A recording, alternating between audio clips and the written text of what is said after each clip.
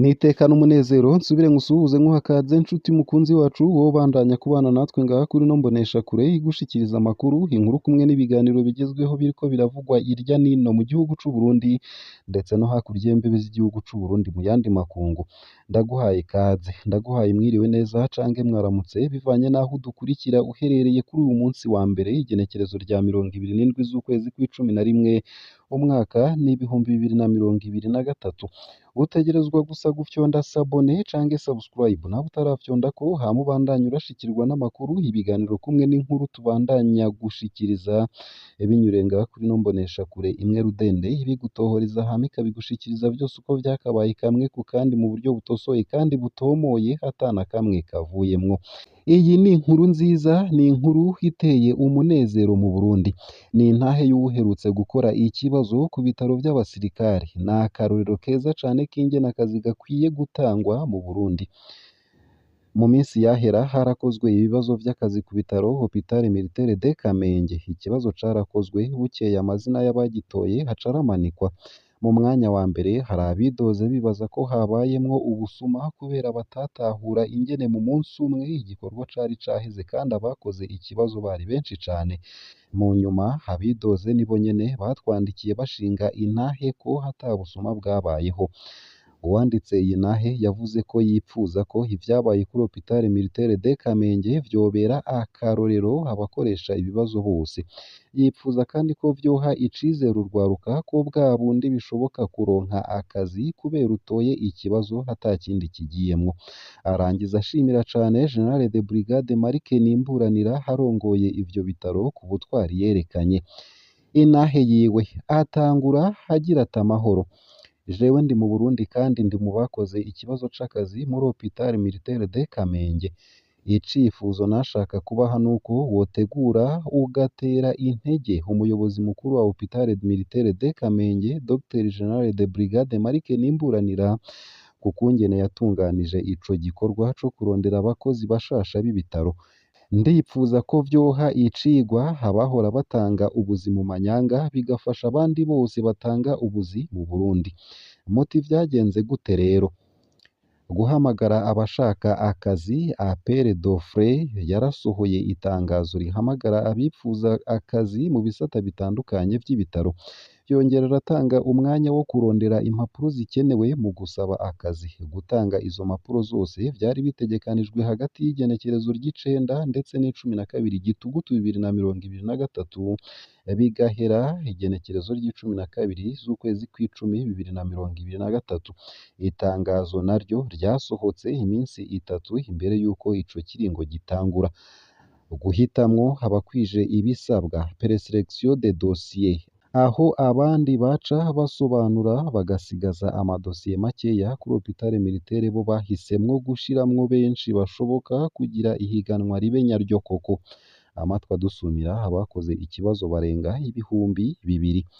Guhitamwo abatora ikibazo.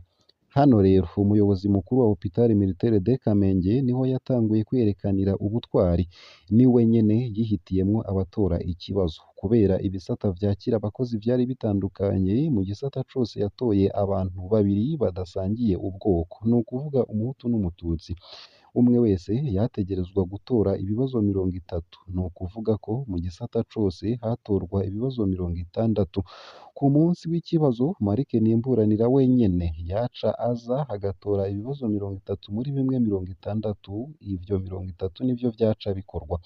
Abatoye ivyo bibazo babikoze ku wa gatanu baca barugaranwa ata amatelefone bafiseko uburenganzira. Barekuwe hari uko ikibazo gitanguye gukorwa ku wa gatandatu.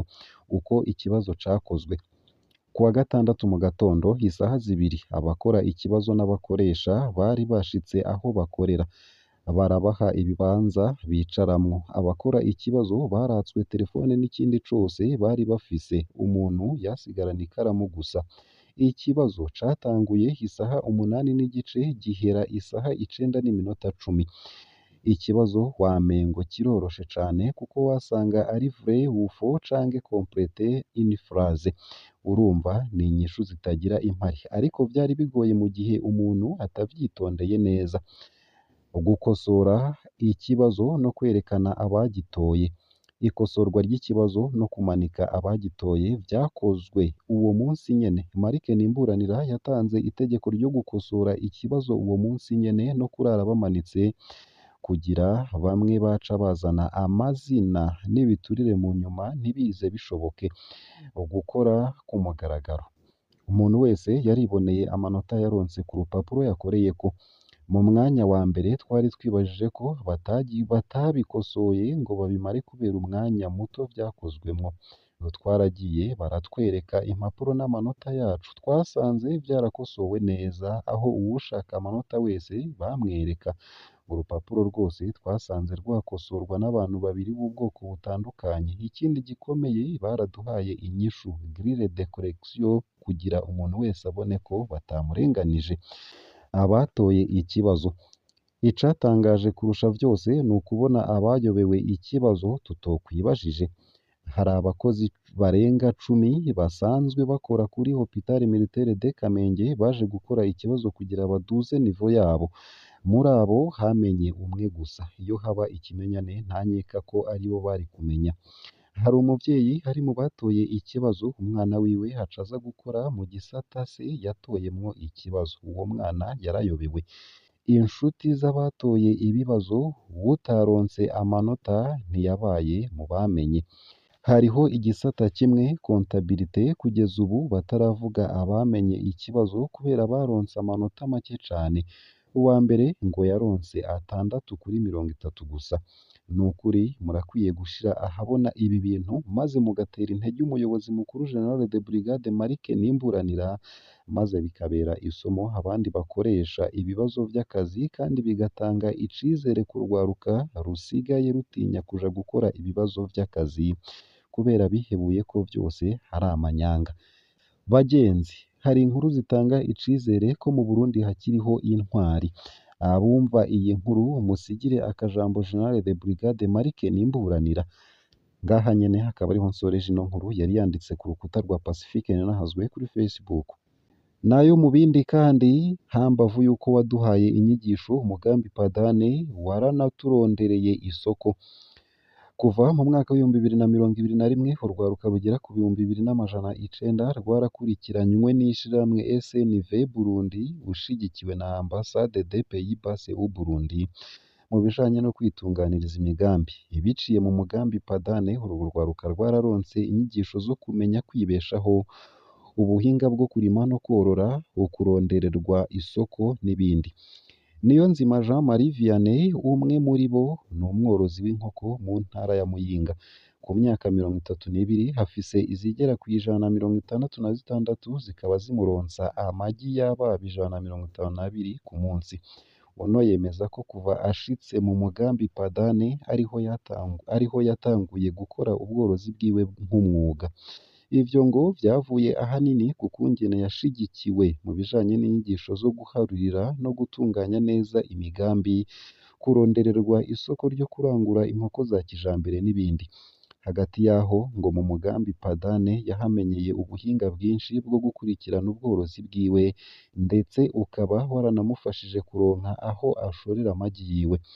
Nayo Irangabiye Adrienne w'imakamba arima igiterwa ca marakuja avuga ko iyo hataba Padane uyu mugambi atawo yari gutangura gukora, kuko wamukarihirije ubwenge maze atangura kwiyungunganya mu gihe yari akiva ku ntebe y'ishure, gutyo ngo vuba aratangura kudandaza umwimbu. Ndayishimiye Karaveri arongoye igisata co guteza imbere urwaruka mw'ishirahamwe SNV biciye mu mugambi Padane, wamenyesha ko bimwe mu vyo uwo mugambi ufasha ari uguteza imbere urwaruka rwitunganiriza imigambi mu bisata vy'ibiterwa nka pacuri na marakuja, urukurikirane nyongeragaciro rw'amabungo, amasaka yera, ibihoke, amata, amagi ndetse n'amatunda. Ukaba ukorera mu ntara za Bujumbura, Cibitoke, Bubanza, Gitega, Muyinga, Rumonge hamwe na Makamba.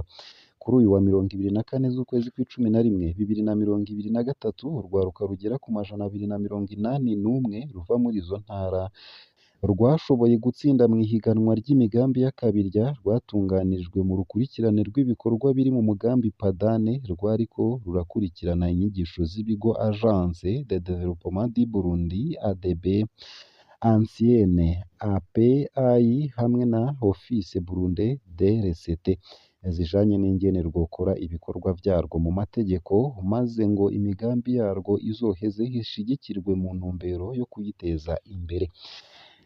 Ngaha rero akaba ariho nsoreje ano makuru ntari naguteguriye hariko aravugwa irya nino mu gihugu c'u Burundi ndetse no hakurya y'imbibe z'igihugu c'u Burundi mu yandi makungu. Ico utegerezwa gusa nyene ni ukumanuka munsi y'ino video hama ugafyona imbere y'ijambo Isange TV haraba handitse ijambo s'abonner nawe ukoresha YouTube y'igifaransa canke ijambo subscribe nawe ukoresha iy'icongereza urafyondako hama uba uduhaye intererano yawe yo kuja turakuronsa amakuru ibiganiro kumwe n'inkuru tubandanya gushikiriza umwanya ku mwanya hama nyene nawe bigushikeko mu ba mbere ugire ibihe vyiza n'umunsi mwiza.